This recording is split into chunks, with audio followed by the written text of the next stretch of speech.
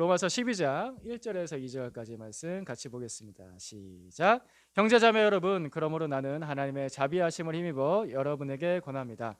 여러분의 몸을 하나님께서 기뻐하실 거룩한 산 제물로 드리십시오. 이것이 여러분이 드릴 여러분은 이 시대의 풍조를 본받지 말고 마음을 새롭게 함으로 변화를 받아서 하나님의 선하시고 기뻐하시고 완전하신 뜻이 무엇인지 분별하도록 하십시오. 아멘. 구원의 목적은 하나님께 합당한 예배를 드리는 것입니다. 이것이 지난주 설교였죠. 하나님께서는 우리를 탈출시키십니다. 하나님께서 우리를 구원하셨다라는 것은 헛된 예배에서 합당한 예배로의 탈출입니다.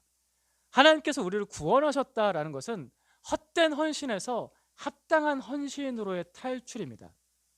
그래서 하나님께서 우리를 탈출하신 이후에 하나님께 드리도록 하게 하는 그 합당한 예배는 우리를 합당한 삶으로 이어지게 합니다. 즉 하나님께서 우리에게 요청하시는, 우리를 인도하시는 합당한 삶이라는 것은 하나님을 사랑하고 이웃을 사랑하는 삶입니다. 그죠? 이것이 이제 지난주 설교 요약입니다. 이 짧은 내용을 제가 무려 55분 동안 설교를 했더라고요. 다시 들어보셨습니까?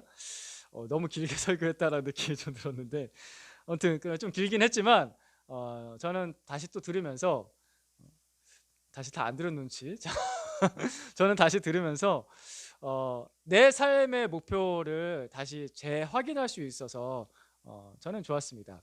근데 이제 설교자로서 그 설교를 들으면서 좀 아쉬웠던 부분, 설교자의 입장에서 아쉬웠던 부분은, 그래서 어떻게 살 것인가에 대한 적용하는 부분이 조금 약하지 않았나, 적용 부분이 좀 부족하지 않았나라는 생각이 들었습니다. 물론 이제 스터드 선교사님의 이야기와 서서평 선교사님의 이야기, 특별히 그분의 그 마지막 순간까지 이제 다뤘던 그 이야기들을 보면서 우리가 도전을 나름 받긴 했지만, 근데 이게 느낌이 좀 그렇잖아요. 너무 높은 산인 거예요. 이게 멋지긴 해. 산이 높으면 멋지잖아요. 멋져. 멋져. 야, 멋져. 백두산 멋져. 한라산 멋져. 멋진데 한번 오르려면은 너무 큰 결단과 각오를 해야 되는 그 너무 높은 산인 느낌이 있어서 그게 좀 아쉬웠다라는 생각이 좀 들더라고요. 그래서 오늘은 사실 같은 주제입니다. 같은 주제인데 오늘은 약간 뒷동산 오르는 느낌으로의 합당한 삶에 대해서 좀 나눠보려고 합니다. 이 뒷동산이긴 하지만 분명히 높이 차이는 있죠. 평지보다는 다른 시선을 줍니다. 거기에 조금 기대를 가지면서, 그래, 내가 뒷동산 올라가서 여기보다는 조금 위에서 좀 바라보자 라는 그런 느낌으로 오늘 말씀 같이 나누고 함께 듣도록 하겠습니다. 먼저 합당한 삶에 있어서 우리가 하나님을 사랑하는 삶이다라고 했습니다. 그러니까 하나님을 사랑한다라고 하면 우리가 보통 예배드림을 통해서, 그죠? 그다음에 기도하고 말씀 묵상하는 걸 통해서 하나님과 사랑의 교제를 나눕니다. 맞으신가요? 이런 하나님과 교제를 나누는 경건의 훈련들은 참 좋은 방법들입니다.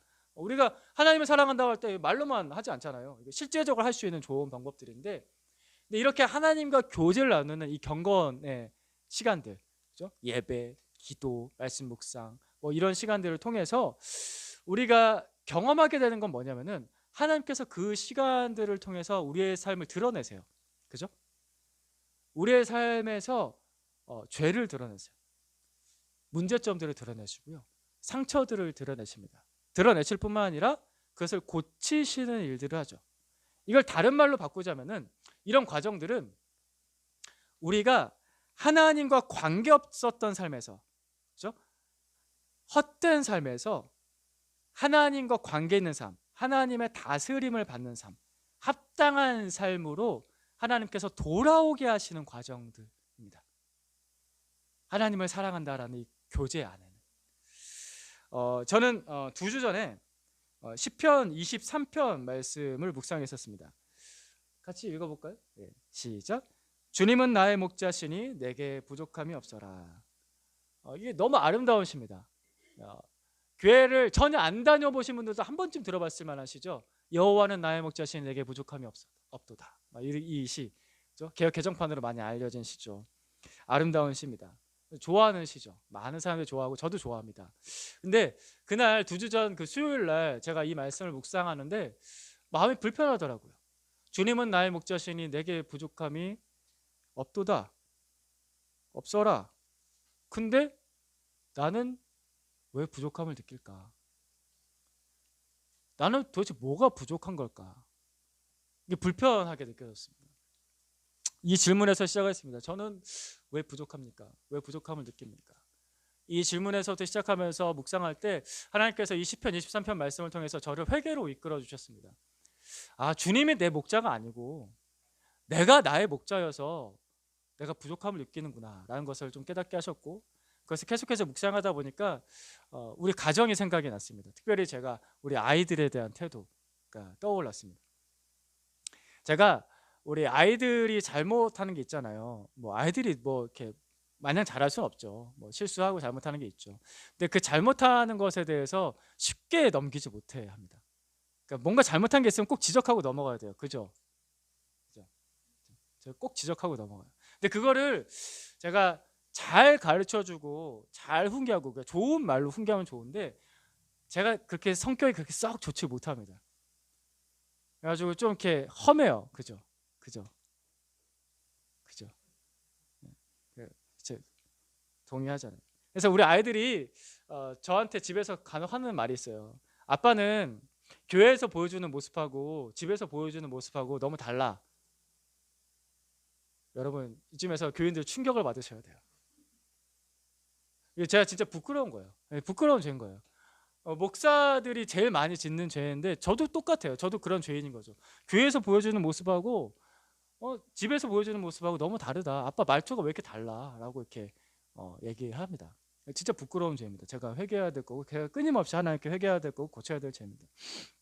하나님께서는 이 말씀을 통해서 시편 23편 말씀을 통해서 제가 왜 그런 죄를 짓는지를 지적을 해주셨습니다. 네가 왕이야. 네가 왕. 저한테. 제가 가정의 왕이 돼가지고, 제가 가정의 목자가 돼가지고 부족한 것을 보면 손가락질을 하는 거예요. 이게 부족해, 이게 잘못됐어. 군림하는 왕이 돼서 그걸 잘 보살펴주고 다스려주는 사람이 아니라 포악한 왕이 돼서 그런 손가락질을 하고 있었습니다. 그래서 하나님 앞에 하나님, 제가 이 왕좌에서 내려와야겠습니다 라고 회개를 했습니다. 제가 이 왕좌에서 내려오겠습니다. 저를 끌어내려 주십시오. 이 교만한 자를 끌어내려 주십시오. 제가 회개합니다. 제가 부드러운 말과 부드러운 마음과 부드러운 태도로 고치기 원합니다. 제가 회개합니다 라고 그렇게 기도하면서 또 하나님께서 정말 이 말씀처럼 우리 가정의 목자가 되어 주십시오. 정말 제가 말로만 그런 것이 아니라 시편에서만 그런 것이 아니라 제 삶에서 우리 가정에서 정말 우리 가정의 목자가 되어 주십시오. 이 말씀처럼 정말 우리 가정을 인도해 주시는 목자가 되어 주십시오라고 회개하고 고백하고 기도하고 그랬습니다. 그랬더니 그날 퇴근하고 집에 갔거든요. 퇴근하고 집에 갔더니 그날따라 애들이 너무 예뻐 보이는 거예요. 너무 예뻐 보이는 거예요. 이렇게 집이 너무 좋은 거예요. 보통도 좋았어요. 오해하지 마세요. 보통도 좋았는데 그날따라 너무 더 좋은 거예요. 너무 더 좋고 아이들이 너무 예쁘고. 그래서 우리 아들이 그날 저녁에 같이 밥을 먹는데 저를 바라보면서 이러는 거예요. 아빠, 오늘 기분이 좋아? 정말 좋았습니다. 정말 행복했습니다. 진짜 주님이 나의 목자가 되시니까 부족함이 사라지는 거예요. 진짜 그렇구나. 주님이 나의 목자가 되시니까 부족함이 사라지는 거예요. 부족한 걸 손가락질하게 정말 사라집니다. 그래서 감사하게 됐습니다.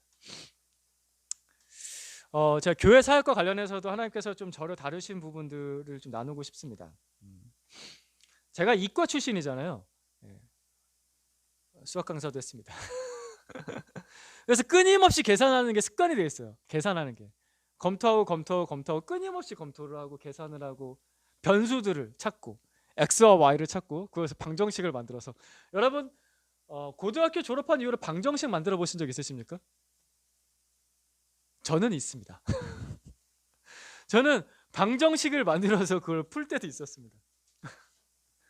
약간 이상한 사람처럼 보이죠. 이쯤에서 저 사람과 관계를 끊어야 되지 않을까. 끊임없이 계산을 합니다. 제가 이번에 양육 계획을 할 때도 그런 계산들이 많았습니다. 뭘 해야 될까, 뭘 언제 할까, 그리고 교인들이 얼마나 참석할 수 있을까 계산을 계속 합니다. 근데 계속 계산해도 맨날 며칠 계산해도 이게 답이 안 나오는 거예요. 그래가지고 제가 주중에 그래서 카톡창에 올린 거예요. 정말 답답해서, 계산이 안 나와서 답답해서 맨날 똑같이 해오던 건데 뭔가 명확한 답을 알고 싶은 거예요. 이 진절이 나는 성격. 그죠? 그러니까 우리 아이들이 고생스러운데, 그래서 이제 그 카톡창에 그 설문조사를 올려서 좀 해달라고 했는데 왜 9명밖에 안 했어? 예, 그렇습니다. 예. 이런 성격 피곤하죠?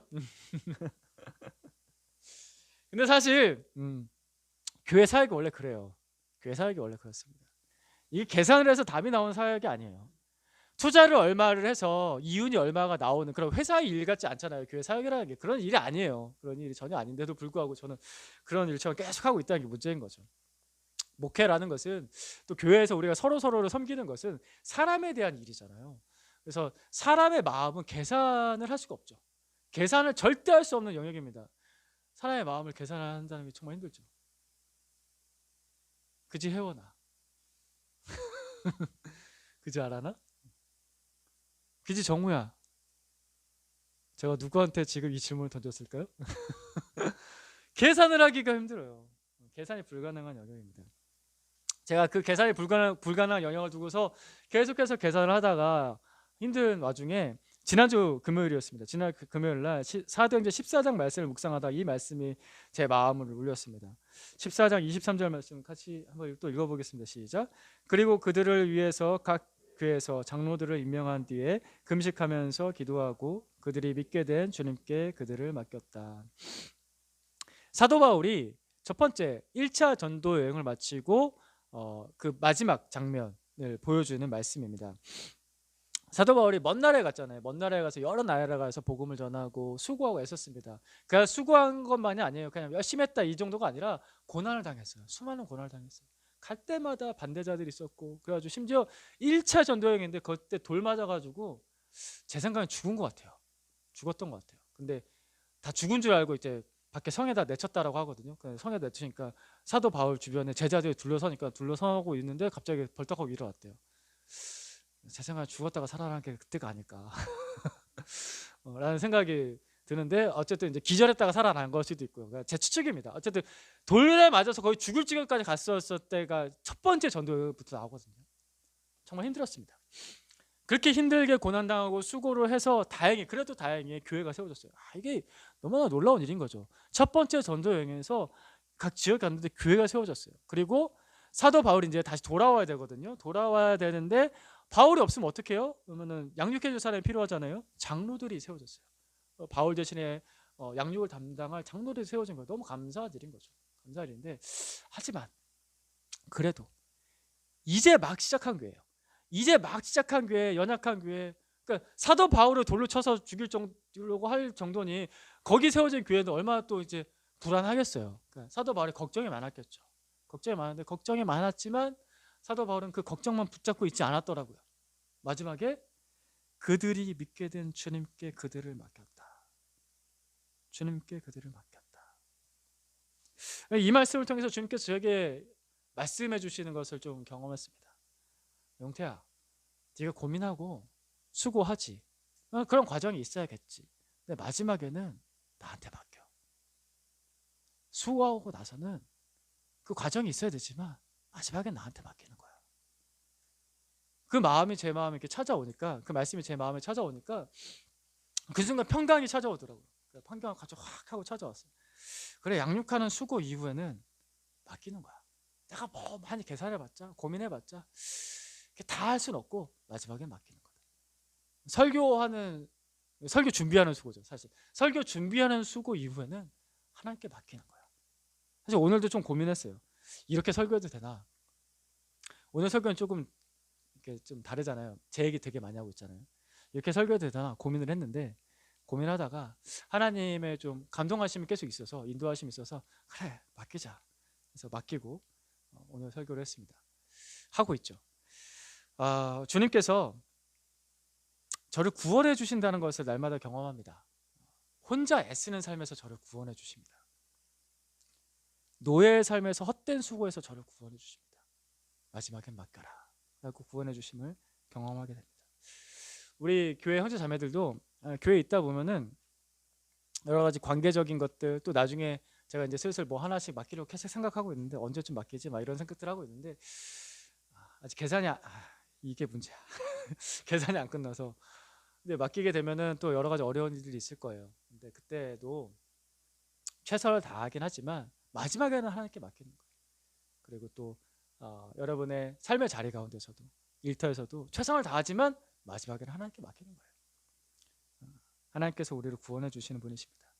혼자 애쓰는 삶에서. 그리고 합당한 삶을 또 한 가지 생각할 때 현실적인 고민이 드는 영역이 좀 있을 것 같다라는 생각이 들었습니다. 그게 뭐냐면은 미래에 대한 걱정입니다. 불확실한 미래에 대한 걱정. 사실 오늘 설교 지난주에도 했었고 사실 이번 설교가 계속해서 사실 1월부터 계속 좀 이어지고 있어요. 하나님께 구원받는 거 또 합당한 삶을 사는 거 중요한데 근데 일단 내가 잘 먹고 살아야지라는 고민들이 있잖아요. 그렇죠? 합당한 삶이고 뭐고 내 노후 준비부터 해야지. 합당한 삶이고 뭐고 우리 결혼 생활하고 또 자녀들 키우고 이거 문제 이거 해결해야지 라는 현실적인 당장에 닥친 미래에 대한 고민들. 몇 주 전에 나눴던 우리 히브리 노예들의 고민들. 오늘 지푸라기 필요해요. 저 흙 속에 집어넣어서 밟아야 될 지푸라기 필요한데 지푸라기를 안 주시면 어떡합니까? 이런 고민들이 실질적으로 있습니다. 이 직장 계속 다녀야 될지, 집 이사해야 될지, 재테크해야 될지, 그렇죠? 여러분들 수많은 고민들 있잖아요. 주식을 어디에다 투자해야 될지, 지금 좀 다시 한번 코인을 한번 찾아봐야 되나? 뭐 제가 뭐 투자하지 말라는 건 아니에요. 투자하지 말라는 건 아닌데, 근데 이제 지혜롭게 잘하세요. 망하지 않으셨으면 좋겠어요. 근데 성경적 원리는 그래요. 성경적 원리는 합당한 노동을 해서 그 노동의 대가로 받은 그 수입이 하나님께서 기뻐하시는 수입이에요. 그러니까 너무 일확천금 바라지 말으시고. 근데 다시 주제로 돌아와서 저도 목사잖아요. 제가 목사잖아요. 제가 목사고 믿음으로 살고 기도로 산다고 하는데 사실 저도 이런 고민해요. 미래에 대한 고민합니다. 걱정이 있어요. 불안한 마음이 있어요. 그래서 저도 이 불안한 마음 가지고서 하나님께 기도 드릴 때가 참 많습니다. 그럴 때면은 하나님께서 정말 때에 맞게 저를 위로해 주시고 여러 가지들을 좀 보여주신 것들이 있습니다. 최근 2주 동안에 제가 모르는 분들한테서 연락을 받았습니다. 한 분은 이름은 기억이 났지만 얼굴이 기억이 안 났어요. 제가 잘 모르는 분이었어요. 그분한테 연락을 받았고 또 한 분은 아예 모르는 분한테 연락을 받았어요. 그분들이 저한테 연락을 주시더니 저희 교회 안부를 물어주시고 저희 안부에 대해서 물어주시더라고요. 한참 통화를 했어요. 통화를 짧게 안 하시는 분들이었어요. 그래서 한참 통화를 하는데 통화를 하는 중에 정말 눈물이 나오려는 것을 몇 번을 참았습니다. 눈시울이 붉어지는데 좀 처음 통화를 했는데 갑자기 제가 거기서 울어버리면 이분은 저를 얼마나 불쌍히 여길 거예요. 그럼 안 되겠잖아요. 그러니까 막 참았어요. 눈물을 막 참으면서 막 이렇게 참아내면서 통화를 했거든요. 사실 우리 교인들이 우리가 서로를 위해서 기도하는 것도 감사해요. 서로를 기억하고 기도하는 것만 해도 감사하고 감동적인 일이에요. 우리 교인들이 서로를 위해서 기도하는 것만 해도. 또 우리 교회를 도와주시는 외부의 성도들과 교회들이 있거든요. 그분들이 우리를 아시니까 우리를 위해서 기도해 주시고 또 후원해 주시고 해주신 건 감사한 일이에요. 감사한 일인데 전혀 모르는 분들이 잘 모르는 분이 갑작스럽게 관심을 가져주신다라는 것은 저한테는 제가 갇혀 있었던 상자를 갑자기 확 열어주신다라는 느낌을 받게 했습니다. 내가 뭔가에 아까도 얘기했잖아요. 저는 뭔가 제 머릿속에서 하는 계산들이 많다고요. 그러니까 거기에 막 갇혀 있는데 제가 알고 있는 거 보고 있는 거 그 안에 갇혀 있는데 그걸 갑자기 확 열어주신다라는 느낌이 드는 거예요. 하나님께서 일하고 계시는구나. 제가 전혀 모르는 사람들의 이 갑작스러운 관심은 내가 알지 못하는 상황 속에서 내가 알지 못하는 사람들 속에서도 하나님께서 일하고 계시는구나. 내 영역이 닿지 않는 그 모든 상황 속에서도 하나님께서 계속해서 일하고 계시는구나 라는 것을 확인시켜 주시는 일이었습니다. 물론 당연히 하나님 그런 분이시죠. 그런 분이세요. 원래 하나님 온 우주 만물에서 하나님께서 일하고 계신데 그거를 그냥 개념적으로 알고 있다가 이제 제 삶의 자리에서 정말 실제적으로 경험을 하는 순간이었던 거죠. 2주 동안에 2번에 걸쳐서 이런 일이 일어났습니다. 연속해서 2주 동안에 이게 뭐 성경에 나오는 기적하고는 비교할 수는 없는 뭐 드라마틱한 기적은 아니었습니다. 근데 저한테 있어서는 하나님께서 그 모든 상황 속에서 나를 위해서, 우리를 위해서 지금도 일하고 계신다. 하나님께서 나를 위해서 일하고 계신다 라는 것을 개념 속에만 있었던 것을 확인시켜 주시는 사건이었거든요. 그래서 저한테는 기적처럼 여겨졌습니다. 저한테는 기적이었습니다. 잊지 못할 기적이 될 것 같습니다. 그래서 하나님께 너무 감사했어요. 그날 계속 감사합니다. 하나님 일하고 계시는군요. 감사합니다. 저 혼자 일하는 게 아니었어요. 저 혼자 아등하는 게 아니었어요. 하나님 일하고 계시는군요. 막 감사하는데 그 감사한 제 마음을 또 움직이시더라고요. 움직이셔서 저 멀리 계신 우리가 기도하고 있는, 후원하고 있는 선교사님들이 생각이 났습니다. 그래, 그분들도 격려가 필요할 거야 라고 해서 직접 통화는 못하지만 문자로 해서 선교사님 기도하고 있어요. 추운데 괜찮으세요? 막 이렇게 문자를 보냈습니다. 그래서 다 선교사님들이 고맙다고, 감사하다고, 늘 기억해줘서 고맙다고 하고, 또 한 선교사님은, K국에 계신 선교사님은 우리가 영하 40도였는데 드디어 좀 따뜻해졌어요. 영하 20도가 됐어요 라고 이렇게 감사해요, 감동을 받았어요 라고 이렇게 문자를 보내주셨어요. 제가 그 일들을 경험하면서 느꼈던 고백이 이것입니다. 합당한 삶은 제 노력으로 살아내는 것보다 하나님께서 저를 합당한 삶으로 인도해 주시는 거였어요. 그렇게 인도해 주시는구나. 물론 나도 열심히 수고해야지. 하지만 그 모든 과정 가운데 하나님께서 인도해 주시는구나. 하나님께서 나를 합당한 삶으로 인도해 주시구나 라고 고백하게 됩니다. 여러분의 가정에서는, 또 우리 교회 안에서 여러분 각자 입장에서는, 또 여러분의 일터에서는 어떠십니까? 하나님께서 어떻게 여러분의 삶을 인도하고 계십니까? 이런 걸 좀 같이 생각해 보려고 오늘은 좀 제 삶을 좀 많이 나눴습니다. 오늘 말씀 같이 한 번 더 볼까요? 같이 읽겠습니다. 시작. 형제 자매 여러분, 그러므로 나는 하나님의 자비하심을 힘입어 여러분의 몸을 하나님께서 기뻐하실 거룩한 산 제물로 드리십시오. 이것이 여러분이 드릴 합당한 예배입니다. 여러분은 이 시대의 풍조를 본받지 말고 마음을 새롭게 함으로 변화를 받아서 하나님의 선하시고 기뻐하시고 완전하신 뜻이 무엇인지 분별하도록 하십시오. 아멘. 우리가 세운 삶의 계획은요, 불완전합니다. 모든 변수를 다 알 수가 없잖아요. 그리고 나 혼자 사는 인생이 아니기 때문에 불완전합니다. 그러나 우리 하나님께는 우리를 향한 선하신 뜻이 있습니다. 우리 하나님께는 우리를 향한 기뻐하시는 뜻이 있습니다. 우리 하나님께는 우리를 향한 완전한 뜻이 있습니다. 하나님의 선하시고 기뻐하시고 완전하신 뜻. 이것을 이렇게 볼 수 있습니다. 하나님은 언제나 그 동기가 선하십니다. 우리를 향해서. 그 과정에는 기쁨이 있습니다. 그리고 그 결과는 완벽합니다.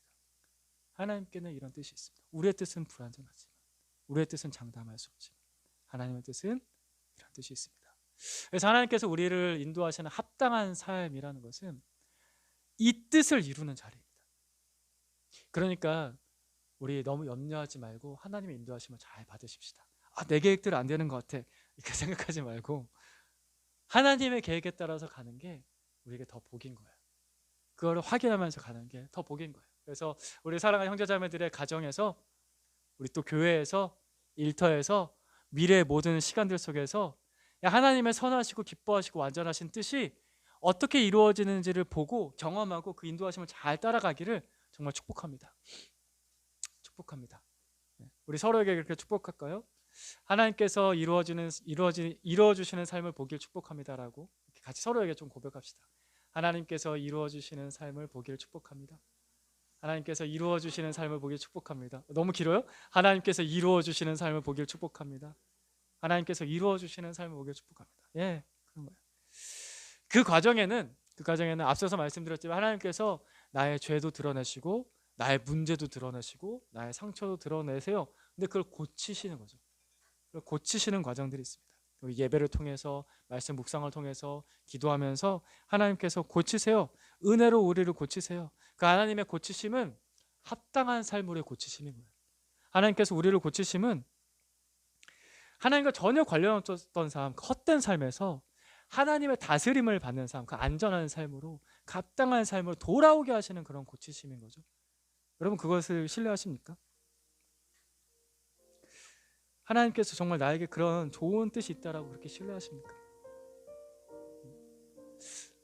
우리가 이런 믿음으로 하나님께 이렇게 반응했으면 좋겠습니다. 하나님 나에게 언제나 선하신 분이십니다. 하나님은 나에게 참 기쁨을 주시는 분이십니다.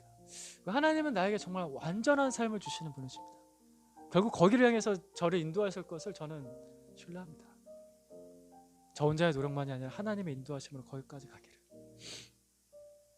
이 뜻, 이 합당한 삶 제게 허락해 주십시오. 우리 그렇게 하나님 의지하면서 같이 기도했으면 좋겠습니다. 같이 기도하십시다.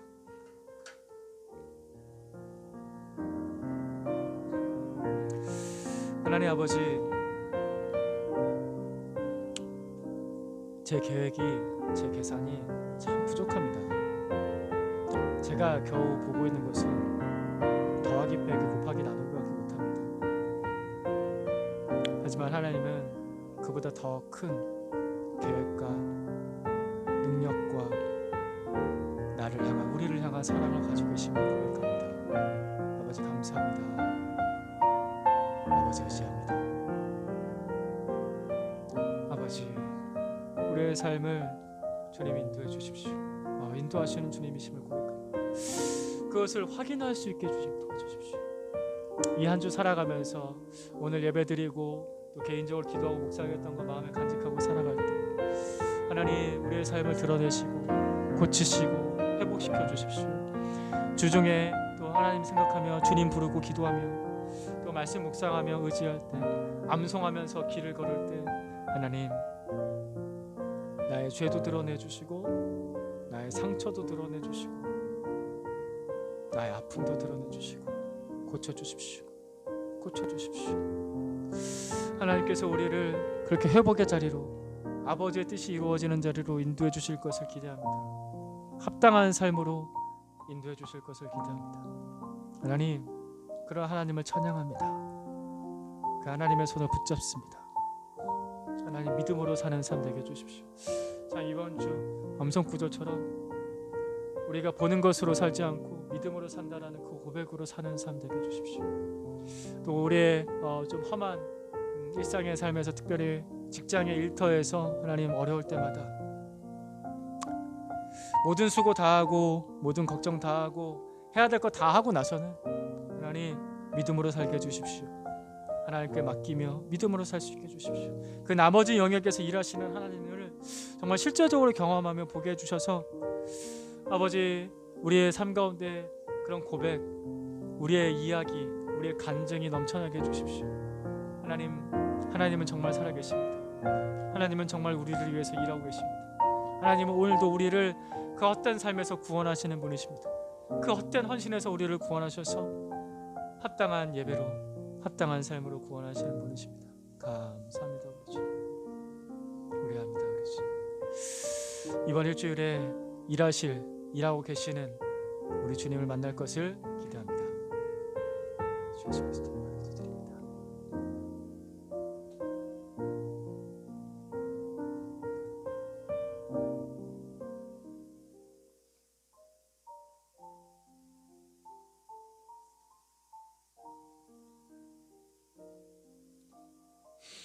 하나님 아버지, 아버지의 선하시고 기뻐하시고 온전하신 뜻, 그 합당한 삶이 우리에게 이루어지기만을 기도합니다.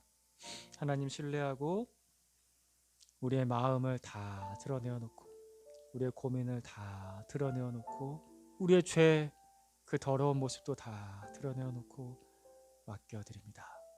아버지, 우리 가운데 새 일을 행하여 주시옵소서. 우리 주 예수 그리스도의 이름으로 기도드립니다.